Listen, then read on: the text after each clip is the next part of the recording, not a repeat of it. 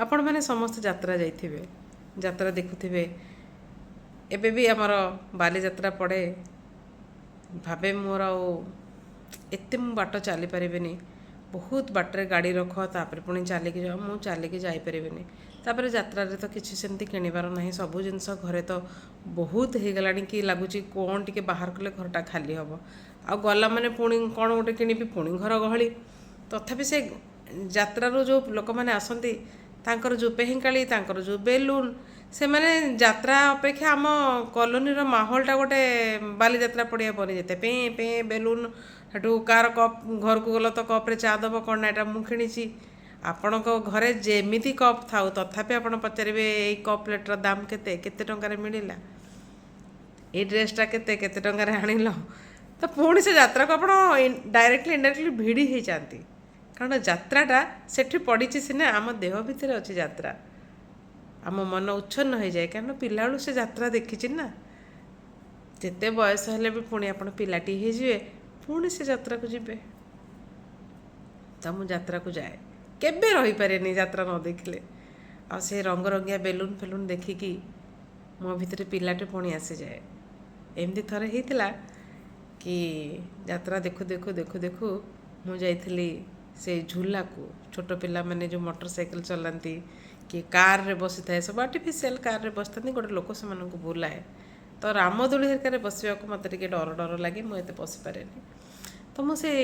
लोकटी कही ये जो कार फार बुलाऊच मु बसी पारि से धड़िक मत मना कर देथिला तापर मु कही मुझे अधिक पैसा देवी बसी पारि से ना ना एठर मैडम ओनली छोट पिला अति बेसी रे 10 वर्ष तलू मो मनटा बहुत सुखी जाइथिला कि मना करदेला टिके तो बसता कहीं सेटा सेफ लगे रामदोली हेरिका मत एत सेफ लगे मुझे देखिले भी लोक गोटे लगे कि केमी बसुँच से बोली किंतु जहाँ भी हो से मना करदेला मनटा दुख हो जाता सेठी लगी कि ना आम पाई बहुत जिनस मना दोली मना मिठा मना चलवा मना बहुत जिनस मना भितर यात्राटा किंतु हाँ निश्चित देखी बोली बहुत मन बड़ कानी मु पड़े आसी जो से झूलावालाटा मत मना कर देछि मो आखि छल छल हो जाइए मु प्रकृति तीस्थ हो जाइए कि ना आउ से मत बसैबनी आ जीवन में मुझे दोली रे बसी पारे धक्का मारिकी से बाली उपर बसी जाइए कि हाँ बयस होगला सब जिनस आनी करने को चाहिए भी लोक आपन को परमिशन देवेनि झूलाटा चिंडीज तापर बसिली कोटना कोटी से अतीतर पृष्ठ आड़ मो आखि आगे आसता है कि एमती बेलून किणुली एमती झूलार बसुली पुणी मन भर न 2 राउंड बुलिकी पुणी 3 राउंड पाई मुली करुली मो ननाबू पाखे मत आउ थे बसाओ बोली तो मन जो दुख होगला मुझे बाली उपर बसी मत लगिला से बाली यात्रा बालीटा मत आउंसी दौची तू मन दुख करुचु कि बिल्कुल मन दुख करना तते किए कहला बुढ़ी तू एबे भी से पिलाटी देखुनु मो छाती उपरे तोर कोनी कोनी पाद चिन्ह गुड़ाक अच्छी टिके निरीखिकी देख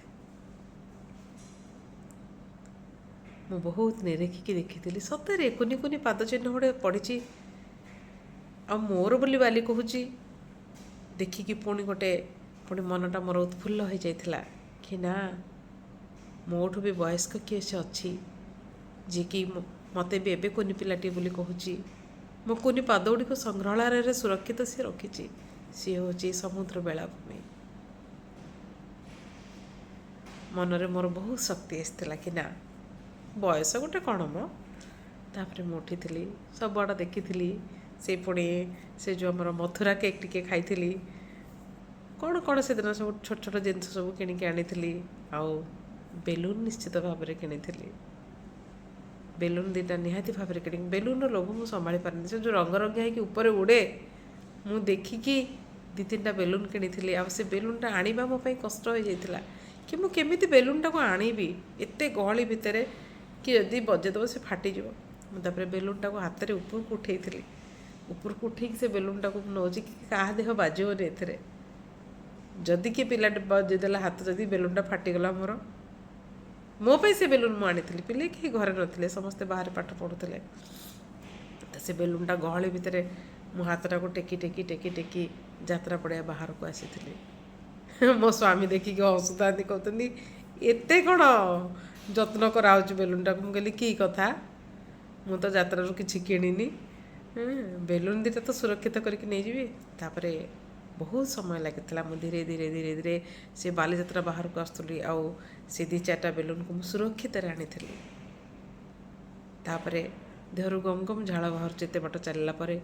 ବାହାରକୁ ଆସିକି ସେ ବେଲୁନକୁ ଦେଖିଥିଲି, ଦେଖିକି ଖୁସି ହେଇଯାଇଥିଲି। ମୁଁ ଖାଲି ବେଲୁନକୁ ଆଣିନଥିଲି, ମୋତେ ଯେମିତି ଲାଗିଲା ବେଲୁନଟାକୁ ଯେମିତି ମୁଁ ବଞ୍ଚେଇ ବଞ୍ଚେଇ ଗହଳି ଭିତରେ ଆଣିଥିଲି ନା, ସେମିତି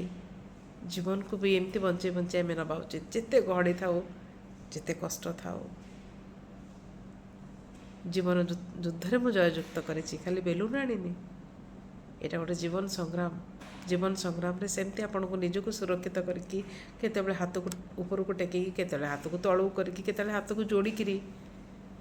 ଜୀବନ ଯୁଦ୍ଧରେ ସେମିତି ଚାଲିବାକୁ ପଡ଼ିବ, ଆଉ ଜୟଯୁକ୍ତ ହେବାକୁ ହିଁ ପଡ଼ିବ।